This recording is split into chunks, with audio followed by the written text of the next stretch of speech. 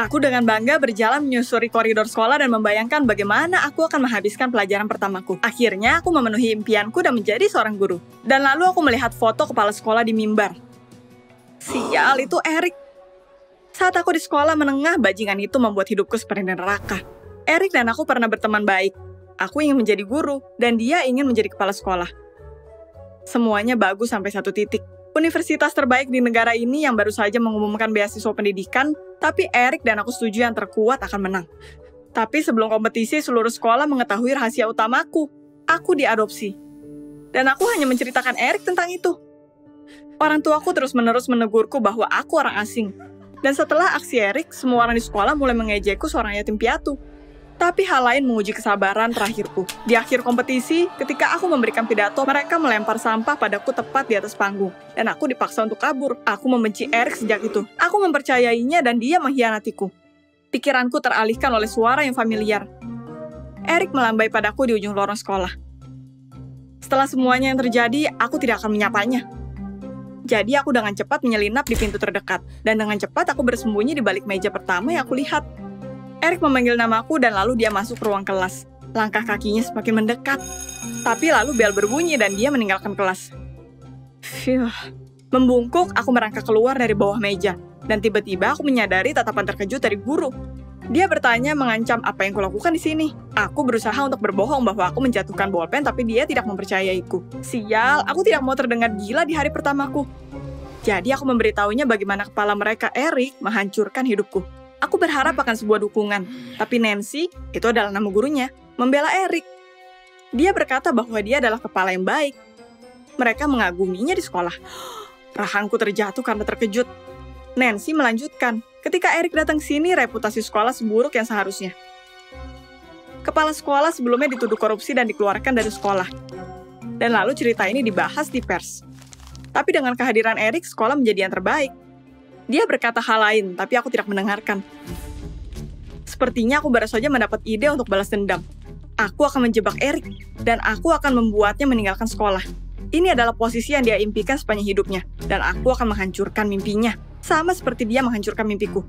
Aku menghabiskan beberapa hari memikirkan rencananya, dan memutuskan bahwa aku harus memberi Erik obat penenang dan mengambil foto kami berbaring di tempat tidur bersama. Aku akan memerasnya dengan kehamilan palsu. Untuk melakukan ini, aku memutuskan untuk mengadakan semacam pesta selamat datang untuk sekolah dan mengundang semua orang datang ke rumahku, terutama Erik. Mari kita lihat apa yang dia katakan. Sebelum pesta, aku membeli sebuah sedatif kuat dan memesan sebuah tes kehamilan palsu online. Bagus, sekarang semuanya siap. Aku menantikan malam itu dan sekarang akhirnya tiba di sini. Para guru bersenang-senang, kita menari, mengobrol, tapi Erik masih tidak ada. Sial, aku melakukan ini untuknya. Liburannya hampir berakhir ketika tiba-tiba sang kepala Erik muncul. Aku terhibur dan menyapanya dengan baik. Erik meminta maaf karena terlambat. Dia tiba-tiba mengeluarkan buket bunga lili favoritku dari belakang punggungnya. Apa dia masih ingat ini adalah bunga favoritku? Sementara para tamu saling menuangkan minuman, aku diam-diam pergi ke dapur dan menuangkan sedatif ke gelasnya. Lalu aku dengan hati-hati memberi gelas itu ke Erik dan memastikan dia meminum semuanya. Wow! Dalam 10 menit, dia akan tertidur seperti bayi dan aku harus membawanya ke kamar tidur sesegera mungkin. Erik, ayo ke atas, kita harus mendiskusikan banyak hal. Aku berkata manis, tentu saja dia setuju. Kita hampir sampai ke kamarku ketika Erik tersandung tangga dan hampir jatuh. Sial, aku terlalu banyak menuangkan sedatifnya. Aku menyeretnya ke lantai atas dengan kesusahan, dan dengan cepat membuka pintu kamar. Aku tidak bisa membiarkan orang melihat. Erik sama sekali tidak bisa berpikir jernih, dan menjatuhkan diri di atas tempat tidur. Aku berbaring di bahunya, seolah-olah kami berpelukan, dan mengambil beberapa foto. Selesai! Dan sekarang, 2 minggu kemudian, saat kebenaran tiba, aku pergi ke kantor Erik dan melakukan tes kehamilan tepat di wajahnya. Lihat apa yang telah kamu lakukan! Dia segera melompat dan mulai meyakinkanku bahwa dia tidak mengerti apa yang aku bicarakan. Lalu aku menunjukkannya sebuah foto kami di tempat tidur dan menangis. Mungkin itu kesalahan, tanyanya bersemangat. Tapi aku menggelengkan kepalaku. Erik, USG juga menegaskan aku hamil dengan bayimu. Aku melanjutkan, antara kamu menulis surat pengunduran dirimu hari ini, dan aku tidak akan memberitahu siapapun, atau aku akan pergi ke pers dan memberi mereka foto dan tes ini. Seperti yang kuharapkan, pengecut ini langsung memutuskan untuk menulis surat pengunduran diri. Aku akan pergi ketika Erik mengakui bahwa dia tidak suka bekerja sebagai kepala sekolah.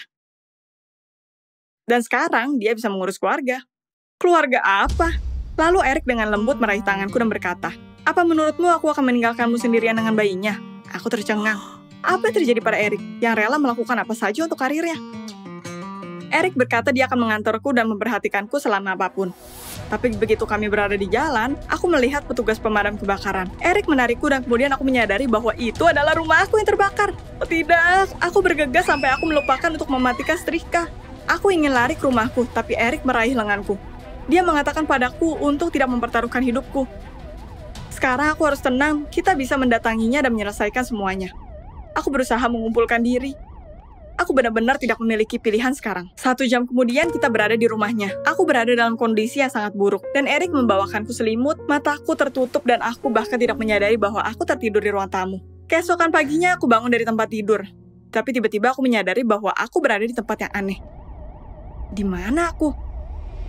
Oh benar, ini rumah Erik. Aku dengan hati-hati turun ke bawah dan melihat Erik memasak sesuatu di dapur.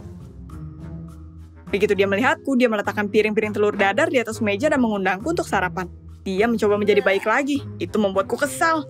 Aku berbohong bahwa aku terburu-buru untuk pergi ke rumah sakit, dan aku memutuskan untuk mencari tempat untuk pindah. Aku tidak akan hidup dengan pengkhianat ini. Aku tidak punya teman di kota baru. Jadi hal pertama yang aku lakukan adalah pergi ke guru Nancy. Tapi dia menolakku untuk tinggal. Dan semua orang dari sekolah melakukan hal yang sama. Aku diduga menjebak kepala sekolah favorit mereka. Dan semua itu. Jadi pada akhirnya aku tidak punya pilihan selain kembali ke Erik. Aku dengan dia masuk ke apartemen, tapi lalu Erik memanggilku. Sial, dia menakutiku. Dia sedang duduk di sofa di depan TV. Dan ternyata menungguku untuk datang. Erik mengundangku untuk menonton film. Ingat, kita pergi ke bioskop bersama, katanya. Aku tidak menginginkannya, tapi Erik tidak ingin menyerah. Bagaimana jika aku bilang bahwa aku membawakan es krim pistachio favoritmu, tambahnya. Aku belum makan sejak pagi ini. Jadilah itu aku memutuskan untuk bergabung dengannya. Untuk sementara hal itu sangat mudah bagiku. Erik selalu bercanda dan aku tidak bisa menahan tawa. Tapi kemudian Erik menyentuh perutku. Dan aku tersentak kembali ke dunia nyata. Segera kebohonganku akan terungkap. Aku harus keluar dari sini lebih cepat. Aku mengaku lelah dan pergi tidur. Aku tidak akan berada di sini besok. Aku menunggu sampai Erik pergi ke kamar tidur lalu memutuskan untuk lari. Tetap saja lebih baik kembali ke orang tuaku daripada hidup dengan pengkhianat. Dengan uang terakhir aku membayar taksi. Tapi di halte ternyata tiket kantor tidak berfungsi. Sial. Lalu di kegelapan jalan aku menyadari seorang pria. Siapa itu? Tiba-tiba dia bergegas ke arahku. Itu adalah pria tunawisma. Aku berlari secepat yang aku bisa. Tapi dia mengejarku. Saat dia hampir memergokiku, sorotan lampu depan membutakan mataku. Aku tersandung dan jatuh ke tanah. Jangan sentuh aku. Mobilnya berhenti mendadak dan seseorang keluar. Erik, dia mengusir pria tunawisma itu dan membantuku berdiri. Aku tidak berpikir aku akan sangat senang melihatnya. Erik berkata bahwa dia melihatku tidak di tempat tidur dan sangat ketakutan. Saat kita dalam perjalanan pulang, Erik tiba-tiba berkata bahwa dia tidak berpikir dia pernah memberitahuku tentang hal itu. Tapi dia telah jatuh cinta denganku di sekolah. Apa? Sedang jatuh cinta? Rasanya seperti disiram dengan air dingin. Dan kenapa kamu mulai desas-desus bahwa aku dari panti asuhan? Erik menatapku dengan tatapan kosong dan berkata dia belum membocorkan rahasiaku. Informasi tentang fakta bahwa aku dari panti asuhan diberitahukan oleh kepala sekolah kami ketika dia sedang mempersiapkan dokumen untuk beasiswa. Erik ingin memberitahuku tentang hal itu di sekolah menengah. Tapi aku bahkan tidak mencoba mendengarkannya. Aku tidak bisa mempercayai telingaku. Jadi Erik tidak mengkhianatiku. Begitu kami sampai di rumah, aku berkata bahwa aku mengalami sakit kepala yang parah. Dan kemudian aku bergegas ke kamarku. Aku berbaring di tempat tidur sepanjang malam, menyiksa diriku dengan pikiran tentang betapa bodohnya aku membalas dendam pada Erik. Aku harus mengakui bahwa kehamilan adalah penipuan. Lalu dia akan membenciku. Dan lalu aku memiliki ide untuk memberitahunya bahwa aku keguguran. Lalu aku tidak akan terlihat brengsek di matanya. Aku pergi menemui Erik di pagi hari. Aku mencoba untuk tetap tenang. Erik, aku perlu memberitahumu sesuatu. Aku mengalami keguguran beberapa hari yang lalu. Erik terdiam beberapa menit dan aku bisa melihat betapa kesalnya dia. Aku perlu mengalihkan perhatiannya entah bagaimana. Ayolah Erik, ayo jalan-jalan. Kamu akan merasa lebih baik. Begitu kami masuk ke dalam mobil, Erik berkata bahwa kita akan segera pergi ke rumah sakit. Setelah apa yang terjadi, aku perlu pemeriksaan lengkap. Apa? Tidak. Kebohonganku akan segera terungkap. Untung saja rumah sakit itu sangat dekat dengan rumah itu. Dan dalam beberapa menit kita sudah sampai di sana. Erik memarkir mobil dan kami keluar. Aku tidak akan pergi ke rumah sakit. Tapi dia mendatangiku dan memelukku erat-erat. Dia bilang dia mengerti betapa sulitnya bagiku. Aku tidak bisa menghadapinya lagi. Kakiku lemas. Erik berkata dia akan membawa dokternya ke sini. Tidak Erik, jangan. Tidak pernah ada seorang anak. Aku ingin membalasmu karena telah mengkhianatiku di sekolah. Tapi aku telah keliru tentangmu. Aku yakin dia akan pergi. Tapi Erik hanya tersenyum tenang dan berkata, meskipun kamu menyakitiku, perasaanku padamu tetap sama. Dia meraih tanganku dan menatap mataku. Dan lalu aku menyadari aku tidak ingin pergi lagi, Erik. Aku ingin tinggal bersamamu. Setahun telah berlalu sejak hari itu. Aku kembali ke sekolah dan menjadi guru favorit semua anak. Tapi tidak lama. Segera aku pergi cuti hamil secara nyata. Dan menjadi jenis ibu yang selalu aku impikan. Hari itu temanku Oliver menyeretku ke restoran untuk ketemu pengusaha kaya yang mau investasi di startup kami. Pengusaha itu setuju untuk kasih waktu 5 menit. Kami seperti orang kaya. Jas keren, jam tangan mahal. Kami pesan makanan termahal di menu, tapi semua palsu. Jam tangannya replika dan jas disewa. Oliver gadein cincin neneknya supaya kita bisa makan malam di sini. Kami pasti ketahuan. Pengusaha itu nggak muncul juga, aku hampir pergi. Saat seorang gadis datang ke meja kami. Dia cantik sekali. Ternyata kami memesan meja yang sama. Oliver meminta gadis itu untuk gabung. Dia bilang, ya, aku udah lama nggak pacaran. Jadi, gimana kalau ini kesempatanku? Namanya Harriet. Dia harusnya makan malam dengan temannya. Tapi dia baru aja batalin. Kami harus ngobrol. Dan supaya nggak malu, aku bilang aku datang ke restoran ini sering. Aku kuliah di universitas bagus, dan kami punya bisnis sendiri, yang menghasilkan banyak uang. Kamu harusnya lihat muka Oliver. Aku gitu terbawa peran jadi orang kaya, sampai aku pun gak kenal diriku sendiri. Di akhir malam, aku jadi sangat berani. Sampai aku minta Harriet untuk ketemu lagi. Dia setuju, orang kaya itu gak datang. Jadi kayaknya dia sama sekali gak mau buang waktu untuk kami. Di jalan pulang, Oliver terus ngomongin bisnis, dan kami bisa melakukannya walaupun gak kaya. Proyek kami akan segera menghasilkan uang, tapi tentu aja, aku gak dengerin dia. Aku mikirin cewek itu. Oliver paham semuanya dari senyum bodoh. Dan cepat-cepat dia menghentikan lamunanku. Cewek terawat, punya permintaan mahal. Katanya pede. Sayangnya, dia betul. Karena aku bohong tentang semuanya. Aku gak punya rekening bank, gak ada pendidikan. Yang aku punya cuma startup kami. Waktu kencan udah ditentuin besok. Tapi aku gak akan mundur. Aku gak peduli. Sampai di rumah ibuku sudah tidur. Aku pindah bersamanya waktu dia mulai sakit. Dokter bilang dia butuh transplantasi ginjal. Setelah ayahku meninggal, aku merawat ibuku dan pengen buat dia bahagia. Kami jual semuanya. Dan akhirnya terkumpul jumlah uang yang dibutuhkan. Sekarang tinggal mengantri waktu untuk operasi. Harriet mengirim SMS. Dia berterima kasih untuk makan malamnya dan bilang dia suka lobster. Standarku ketinggian. Aku mulai nyari di lemari benda lain yang bisa dijual cepat untuk dapat uang. Dan aku melihat kotak simpanan uang ibu untuk operasi. Nggak, stop. Ide jelek untuk ngambil uang dari situ. Aku berharap Harriet nggak cuma suka aku karena aku kelihatan kaya. Besoknya aku membawa Harriet ke taman dan ngasih seikat bunga aster. Dia nanya, ini bercanda? Harriet hampir pergi dan aku takut. Aku bohong kalau ini cuma hoax. Dan kencan sebenarnya di restoran favoritku. Kami naik taksi dan aku bikin alasan untuk berhenti di dekat rumah. Aku bilang aku membantu orang miskin dan aku perlu ngecek salah satunya. Harriet bilang aku baik, tapi dia lebih suka nunggu di mobil. Hampir aja. Aku lari ke apartemen dan buka lemari. Aku akan balikin nanti. Sumpah. Aku harap ibu gak merhatiin. Di restoran, Harriet senang. Dan aku pun ikut senang. Hari berlalu. Harriet senang banget. Karena aku selalu ngasih hadiah mahal. Seminggu kemudian, dia ngundang aku untuk bergaul dengan teman-teman kayanya. Dunia hedon membutakanku. Tapi aku terus mikir kalau uangnya hampir habis. Suatu hari Oliver telepon dan ngasih tahu kalau akhirnya kami kaya. Benar, dia bercanda. Tapi ya, startup kami mulai menghasilkan uang. Berarti aku bisa balikin semua yang kuambil dari simpanan ibuku. Tapi semua bagian keuntunganku habis untuk beli gelang mahal untuk Harriet yang dia minta di hari yang sama. Dia senang. Dan di ujung malam, dia ngundang makan malam keluarga. Dia bilang dia serius sama aku. Dan sudah waktunya untuk ketemu orang tuanya. Wow, aku mikir dia mau sama aku cuma karena uang. Tapi kenal orang tua, itu langkah penting. Keyakinan itu, harinya datang. Kami ke rumah orang tua Harriet. Aku nggak bisa memantaskan diri. Aku pikir aku bakal cepat ketahuan. Akhirnya, malah lebih parah dari yang kubayangkan. Pertama, rumah keluarganya sangat besar. Dan aku merasa nggak nyaman. Dan kedua, Ayahnya langsung berondong pertanyaan. Aku kuliah di mana? Kerja sama siapa? Apa aja yang udah aku buat? Aku harus ngulang kebohongan yang sama. Kuliah di universitas bergengsi dan ngerjain proyek yang sukses. Ibu Harriet langsung suka. Tapi ayahnya menatapku curiga. Setelah makan, Harriet ngajak keliling rumah. Ayahnya punya ruang kerja mewah. Kami ngobrol di kursi mahal. Dan pertama kalinya malam itu, aku santai.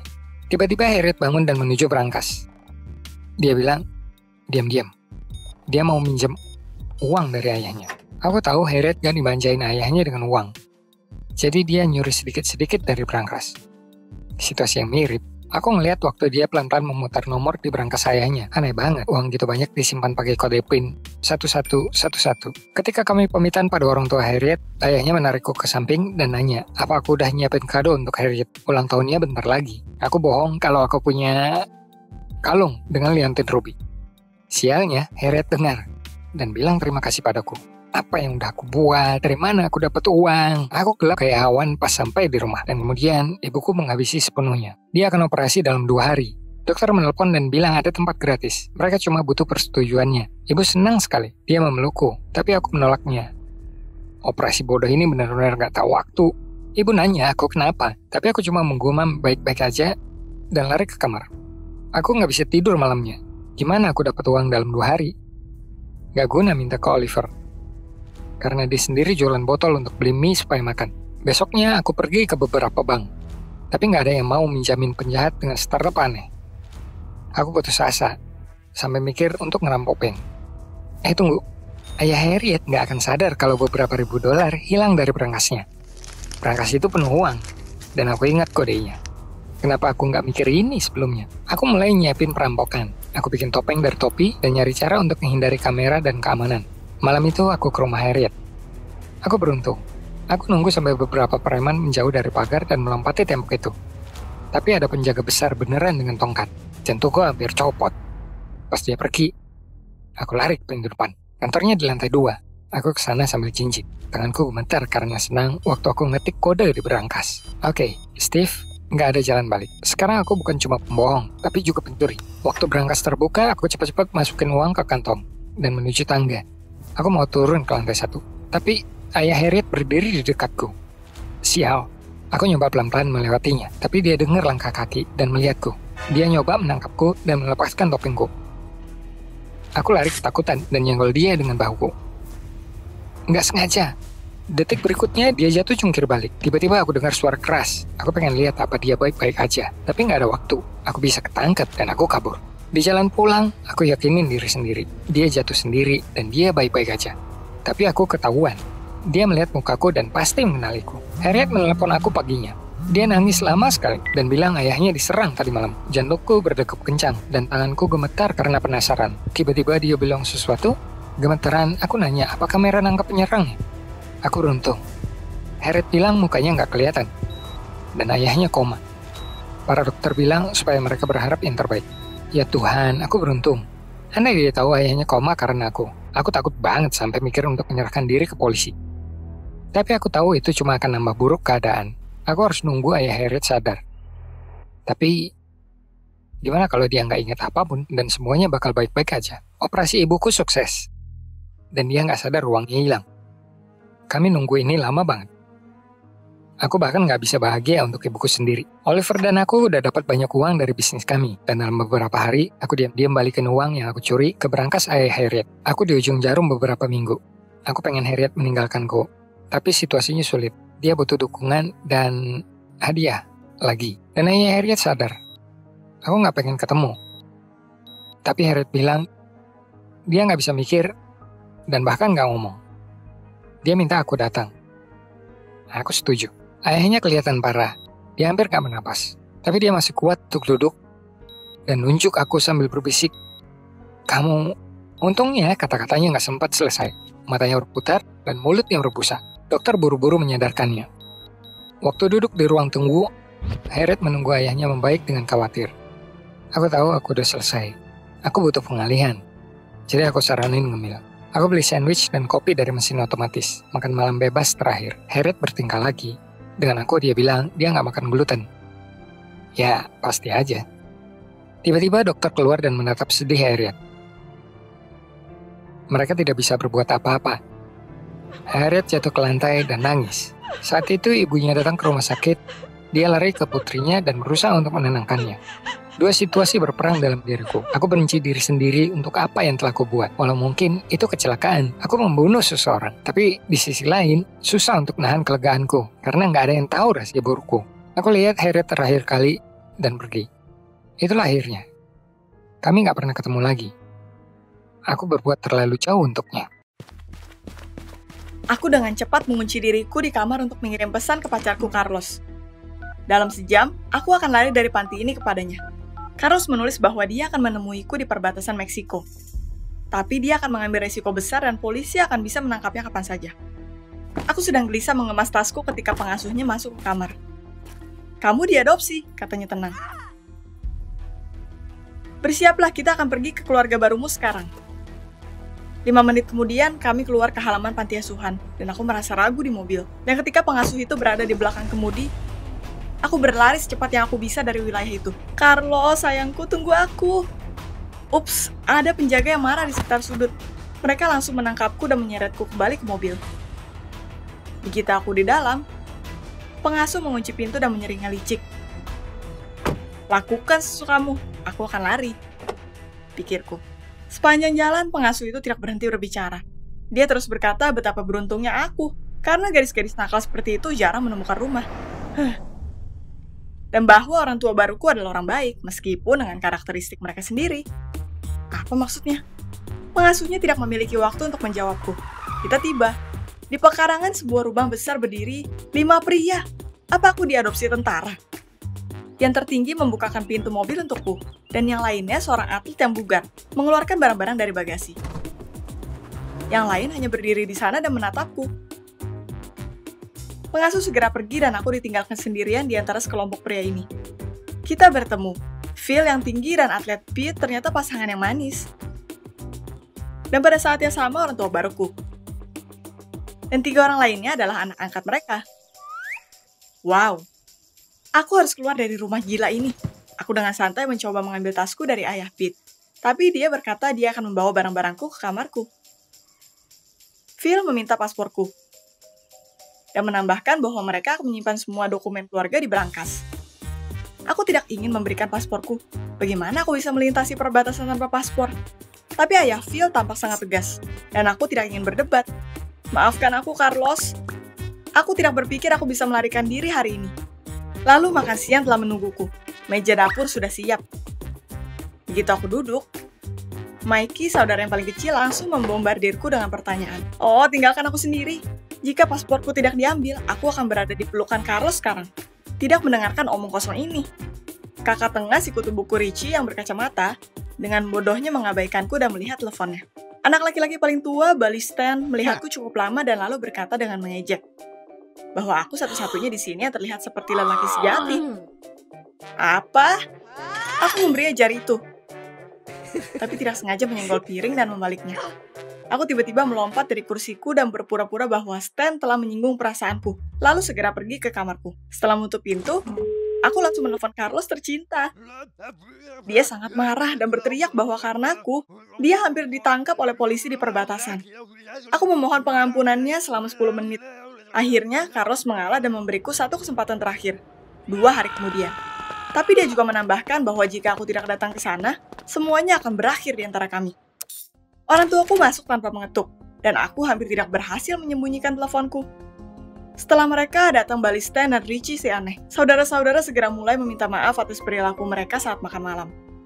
Aku dengan sedih mengatakan bahwa aku memaafkan mereka, dan lalu aku memberi mereka jari lagi. Stan menyeringai setuju, lalu semua orang pergi. Tapi beberapa menit kemudian Richie si kutu buku kembali. Dia sendirian. Dia mengungkapkan bahwa dia tidak begitu malu, dan bahwa aku tidak diharapkan di sini. Aku ingin kabur dari sini, ke Meksiko. Richie berpikir sesaat dan berkata bahwa dia sebenarnya ingin membantu, jadi dia ingin mengenyahkanku. Serius, Richie mengatakan itu sederhana. Kita hanya perlu memikirkan cara untuk mengeluarkan orang tuanya. Tapi ini untuk Mikey kecil. Dia favorit orang-orang dan tahu segalanya tentang mereka. Keesokan paginya aku menemukan Mikey di halaman belakang, dan dia sangat senang melihatku. Tapi begitu aku memberitahunya tentang rencanaku dengan Richie, Mikey menangis dan berkata dia tidak akan membiarkanku pergi kemanapun. Mikey kecil, apa kamu jatuh cinta? Aku berusaha memeluknya, tapi dia berpaling. Mikey, temanku, jika kamu membantuku, aku akan menciummu. Dia tersipu dan bertanya dengan malu apakah aku berbohong. Lalu aku mencium keningnya. Anggap saja itu hadiah di awal. Sambil mendesah, Mikey mengatakan bahwa orang tuanya ingin pergi ke satu konser akhir pekan ini. Tapi semua tiketnya telah terjual habis. Dia dapat memfotoshop salinan tiket ini. Wow! Aku menyerahkan tiket palsu saat makan siang. Orang tua sedang dalam pesta kesenangan. Segalanya tampak baik-baik saja. Hanya pengganggu yang lebih tua, Stan, yang diam. Dia mengawasiku dengan curiga dari ujung meja. Setelah makan siang, Stan meraih lenganku di dekat tangga. Menarikku mendekat dan meminta penjelasan tentang apa yang terjadi. Dia tiba-tiba begitu dekat. Rambutnya yang tebal, bau parfum pria, mata hijaunya. Jantungku mulai berdetak kencang dan aku bahkan tidak bisa berkata apa-apa. Tapi Stan bersikeras untuk menjawabnya.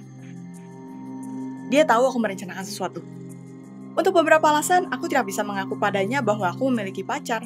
Malahan aku dengan cepat berbohong bahwa aku memiliki teman yang sakit parah di Meksiko. Tiba-tiba Stan merasakan luapan emosi. Dia berkata bahwa seorang teman baiknya baru saja meninggal, dan Stan tidak pernah punya waktu untuk mengunjunginya sebelum dia meninggal. Aku akan membantumu, Stan berjanji. Sebelum orang tuanya pergi, aku harus mencuri pasporku. Richie si kutu buku memberitahu kami bahwa berangkasnya ada di kantor, tapi dia tidak tahu kodenya. Maka bantuan Stan akan berguna. Ternyata orang tuanya mempercayainya, seperti anak tertua dengan kode dari berangkasnya. Malam itu, ketika semua orang bersiap untuk tidur, aku menyelinap ke kantor orang tuaku. Saat aku menekan angka pertama dari kodenya, aku mendengar langkah kaki mendekat. Salah satu dari sang ayah datang sini. Aku mulai mencari tempat untuk sembunyi ketika aku mendengar suara Stan. Dia sengaja mengalihkan perhatian ayahnya. Aku bergegas ke berangkas dan dengan cepat memasukkan kode. Berangkas dibuka.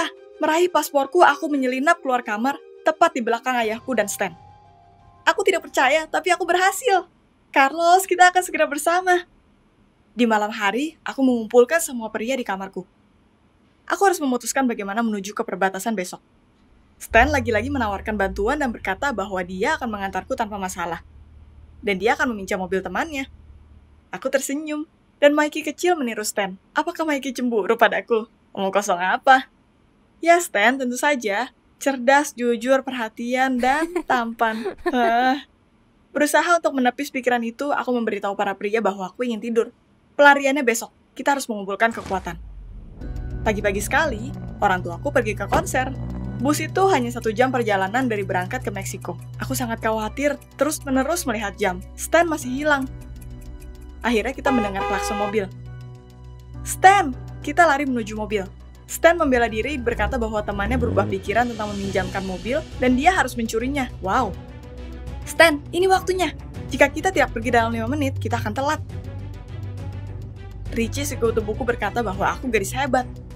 Mikey kecil menaruh lengannya di leherku dan berbisik bahwa aku tidak akan pergi kemanapun tanpa pasporku. Apa maksudnya? Lalu Mikey menunjuk tong sampah. Pasporku ada di dalamnya, robek menjadi bagian kecil. Mikey, apa yang telah kamu lakukan? Mereka tidak akan membiarkanku melewati perbatasan sekarang. Itu dia. Air mata menggenang di mataku. Richie si kutu buku langsung mengambil teleponnya dan berkata bahwa dia menemukan satu titik di mana dokumen jarang diperiksa. Busnya pergi dalam 10 menit. Aku langsung lompat ke mobil Stan dan kita pergi menuju bus. Aku tidak pernah menyetir secepat ini, tapi kita berhasil. Di pemberhentian bus, Stan memelukku erat sampai aku berhenti bernapas beberapa saat. Saat itulah Carlos menelponku. Sialan, aku berbalik dan mendekatkan telepon ke telingaku.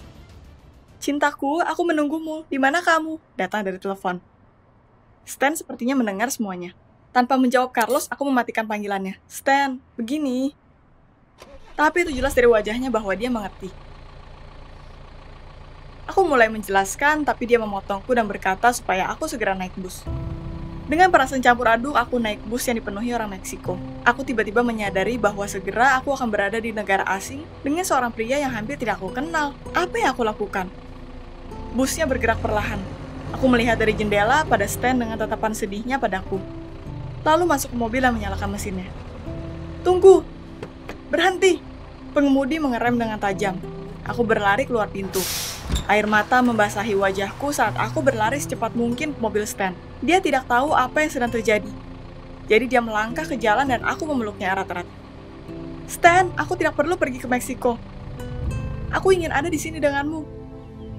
Setengah jam kemudian, Stan dan aku kembali ke rumah dan Richie dan Mikey menemui kami di pintu. Aku memeluk Richie. Mikey berdiri di samping malu. Dia masih malu karena pasporku. Aku menghampirinya dan menepuk kepalanya. Kau tahu, Mikey, saat kamu dewasa, kamu akan menemukan cinta. Sementara itu, kamu adalah adik laki-laki terbaik di dunia bagiku. Kita semua berpelukan. Di saat ini, orang tua masuk ke dalam rumah. Ternyata Phil sakit perut dalam perjalanan dan mereka memutuskan untuk kembali. Ketika Phil dan Pete melihat kami berpelukan, mereka berkata bahwa mereka senang akhirnya aku mulai mencintai saudara-saudaraku. Malam itu setelah makan malam, Richie membawaku ke samping dan memberitahuku bahwa di internet dari nomor telepon Carlos, seseorang sedang mencari gadis untuk bekerja sebagai penari di luar negeri. Carlos ini benar-benar bandit. Dan aku bisa benar-benar kacau. Pengasuh meneleponku di pagi hari. Dia ingin tahu bagaimana kabarku. Tidak menahan emosi, aku menjawab dengan nada serius bahwa semuanya baik-baik saja. Tapi kemudian aku tidak bisa tahan. Hampir memakai kegirangan, aku berterima kasih padanya. Terima kasih Neni, karena telah mengubah hidupku secara dramatis. Setelah semua ini, aku menemukan bukan hanya rumah dan keluarga, tapi juga sepertinya cinta sejati.